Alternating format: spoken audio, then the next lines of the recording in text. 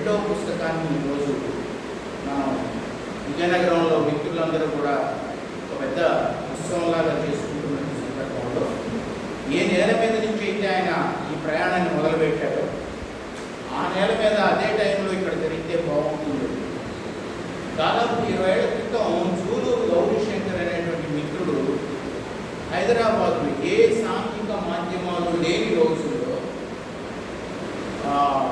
వెనుకబడిన తరగతుల కవిత్వం ఒక పుస్తకాన్ని ముద్రించాడు. ఆయన సొంతంగా మొత్తం రాష్ట్రం ఉమ్మడి ఆంధ్రప్రదేశ్లో ఉండే పౌరులు ఒకే కాలంలో మీరు నమ్మిన అంత ఆశ్చర్యపోయేటువంటి విషయం ఏంటంటే ఒకే రోజు ఒకే సమయంలో ఇప్పటి రెండు రాష్ట్రాలు ఉమ్మడి రాష్ట్రంలో ప్రతి జిల్లా కేంద్రంలో ఒక పుస్తకాల షాపులో ఆ పుస్తకం ఆవిష్కరించారు. జూలూరు గౌరీశంకర్ ఆ రోజు ఇచ్చిన పిలుపు మేరకు మనం కూడా మణి బుక్ స్టాల్లో చేసాము. అట్లా మాధ్యమాలు కూడా మనకి వసతుండే రోజుల్లో జరగడం వేరు, ఏమీ లేని రోజుల్లో ఒక మంచి ఆలోచనని ప్రసరింపజేస్తే ప్రచారం చేస్తే ఎటువంటి దానికి ఫలితాలు వస్తాయనేది ఆ రోజుల్లో దాదాపు 25 ఏళ్ళు జూలూరు గౌరీశంకర్ తొలి రోజుల్లో చేసిన ప్రయత్నం. తర్వాత ఆయన తెలంగాణ సాహిత్య అకాడమీ చైర్మన్ అయ్యారు, తర్వాత బుక్ ఫెస్టివల్ చైర్మన్ అయ్యారు, ఎన్నో పదవులు చేశారు. సో నాంది ప్రస్తావనలు ఎక్కడో ఒకటి జరుగుతూ అట్లా మనకి వాళ్ళ మాధ్యమం ఉంది కాబట్టి నిజానికి గోపాల్ ఫ్రెండ్స్ చాలా జిల్లాల్లో ఉన్నారు. ఏకకాలంలో అన్ని జిల్లాల్లో పెట్టుకుంటే కూడా ఈరోజు ఒక ప్రయోగాత్మకంగా బాగుంది. సరే మన జిల్లాలో ఉన్నాడు, మన మధ్య నుంచి వచ్చిన కవిగా ముఖ్యంగా మాకు సంబంధించినంత వరకు ఈ షేక్ ఖాదర్ షరీఫ్, శంకర్ గోపాల్, పెళ్ళూరి సునీర్ అనే ముగ్గురు యువకులు మా ఇంటి బిడ్డలుగా ఉండి ఇవాళ ఒక అద్భుతమైనటువంటి సాహిత్య చరిత్రను సృష్టించేవాడు. వాళ్ళ ముగ్గురుతో తొలి రోజుల్లోనే మన ఇంటి దగ్గరకు వచ్చేవాళ్ళు, అక్కడ ఫోన్ చేసుకొని మనం పెట్టే కవి సమ్మేళనాలు వాటిలో వాళ్ళు భాగస్వామ్యం చేసి వాళ్ళ స్వరం వినిపించేటువంటి కొన్ని అవకాశాలు, కొన్ని ముట్టుబట్టిన సందర్భాలు గుర్తు చేసుకున్నప్పుడు చాలా గర్వంగా అనిపిస్తుంది. ఇవాళ గోపాల్ మన ప్రోడక్ట్ మనం ద్వారా వచ్చిన ఒక ఉత్తుంగ తరంగం సాహిత్య తెలుగు సాహిత్యం ఆయన తెలుసుకున్నప్పుడు మనందరికీ కూడా నేలకు దగ్గర గౌరవంగా నేను భావిస్తాను. ఎందుకంటే మొదట ఒకరోజు టౌన్ హాల్ కింద రీడింగ్ రూమ్లో కవి సమ్మేళనం పెట్టినప్పుడు ఇలాగే తను ఆ మూలాల మీద రాయడం అబ్బాయి మొదటి నుంచి అవ్వాలి, తను వచ్చిన జీవన మూలాల మీద రాయడం. సో అటువంటి ఒక కవిత్వం చదివినప్పుడు మోనా గారు ఉన్నారు. అసలు మోనా గారు అంత సులభంగా కాంప్రమైజ్ కానిటువంటి ఒక గంభీరమైనటువంటి కవి.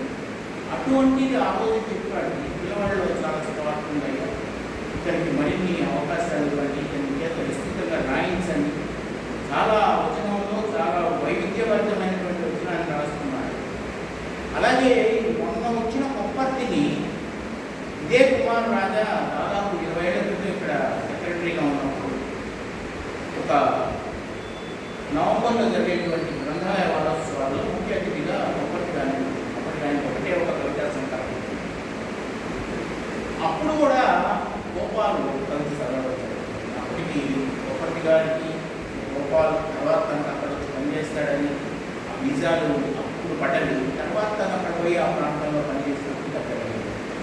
సో అటువంటి ఒక సజీవ కవిత్వం ఆయన తొలి రోజుల నుంచి కూడా ఏది రాసినా సజీవమైనటువంటి కవిత్వాన్ని రాసేవాడు కాబట్టి ఇవాళ నిలబడతాడు. సరే ఖాదర్ షరీఫ్ అంటే ఇంకా ముందుగానే తన అద్భుతమైన కవిత్వాన్ని తెలుగు నేలకు పరిచయం చేసి హఠాత్తుగా మరణించాడు కాబట్టి ఒక వ్యాక్యూమ్ క్రియేట్ అయ్యింది. వీళ్ళు ముగ్గురు కూడా ఒకే దశలో ప్రస్థానం మొదలెట్టారు. అటువంటి మిత్రుడు ఈరోజు నీటిపిత లాంటి మనిషి, ముఖ్యంగా మనిషి అస్తిత్వాన్ని గోపాల్ కవిత్వంలో ఎక్కడ చూసినా సరే మనిషి అస్తిత్వాన్ని విభిన్న కోణాలలో మూలాల నుంచి తీసుకొని జానపద శైలి, ఎందుకంటే అతని డిఎన్ఏలోనే ఉంది. వాళ్ళ నాన్న ఒక భాగవతం చెప్పేటువంటి ఒక గ్రామీణ కళాకారుడు కాబట్టి సో ఆ నేపథ్యంలో ఉండేటువంటి ఆ జానపద వాణిని వదలకుండా ఈ పుస్తకంలో కవితలో తను అదే రాస్తూ ఉన్నాడు. వెళ్ళిపోయాక తెలిసింది నువ్వు రాస్తున్నటువంటి నువ్వు వేసిన బీజాలు. పద్యం అంటే ఏంటో ఇప్పుడే తెలుస్తూ ఉంది. నాయన నాయన అనిపించాడు. పద్యం ఇప్పుడు సాహిత్యంలో నన్ను జెండాలా ఎగరేస్తుంది. అందువల్ల డిఎన్ఏలో ఆ మూలాల్లో ఉండేటువంటి ఆ జీవ లక్షణాన్ని పట్టుకొని ఇవాళ అతను కథ రాసిన, కవిత రాసిన, విమర్శ రాసిన, ప్రసంగం చేసినా కూడా ఆ మూలాల చుట్టూనే తిరుగుతూ ఉంటాడు. అంటే మనిషి ఒక గొప్ప మనిషి కోసం, ఒక నిజ మనిషి కోసం అన్వేషణ ఎప్పుడు నిరంతరం సాగుతూ ఉంటుంది.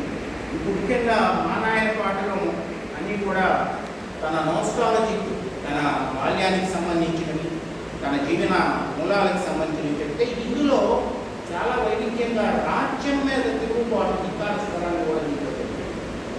అలాగే రాజ్యాన్ని ప్రశ్నించాడు.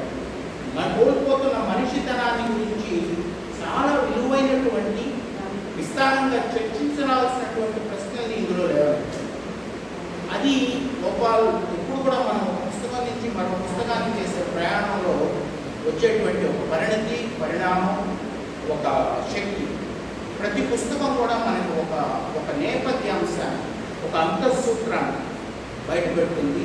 అలాగా ఈ పుస్తకం అంతా కూడా మనిషితనం కోసం, కోల్పోతున్న మానవత్వం కోసం, పడిపోతున్న విలువల కోసం, ప్రశ్నించలేని ఒక నిస్సహాయతని గురించి, సమాజంలో జరిగేటువంటి దాష్టికాలను చూస్తూ భరించలేని ఒక సృజనకారులుగా అసహనాన్ని గురించి, ఇవన్నీ కూడా ఈ పుస్తకంలో చాలా 49 కవితలైనా 49 కూడా చాలా విలువైన కవితలు, అనేక వెంటాడే వాక్యాలు ఉన్నాయి. నేను దీంట్లో ఉండేటువంటి ప్రతిబింబం అనేటువంటి కవిత మీద ఈరోజు పూర్తి విశ్లేషణని వాళ్ళు అడిగితే పంపించాను.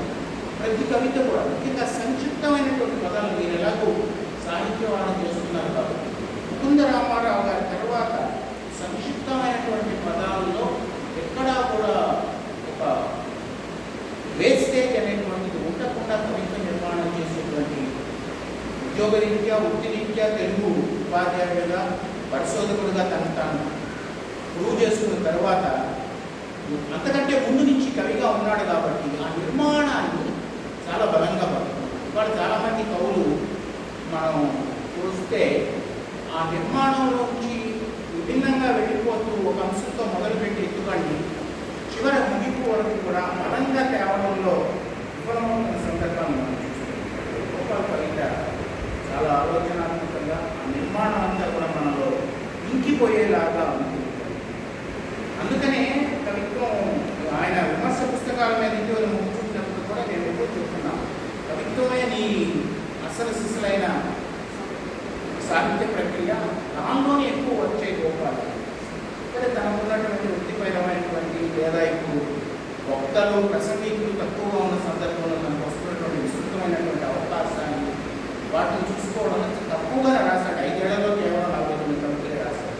ఆ 49 కూడా ఈ శీర్షికే గొప్ప కవిత. కవిత్వానికి మనం ఒక దిక్సూచి లాంటి శీర్షికలు పెట్టడంలోనే సగం విజయం సాధిస్తాం. సో ఈ మిత్రుడు ఈరోజు అక్కడ గురజాడ నేల మీద తన పుస్తకాన్ని ఆవిష్కరించుకున్నప్పటికీ ఆయన మూలాలు ఇక్కడ నేల మీద ఉన్నాయి కాబట్టి ఈరోజు మనం వాటిని కూడా గుర్తు చేసుకుంటూ ఈ పుస్తకాన్ని ఆవిష్కరించుకోవడం చాలా ఆనందంగా ఉంది.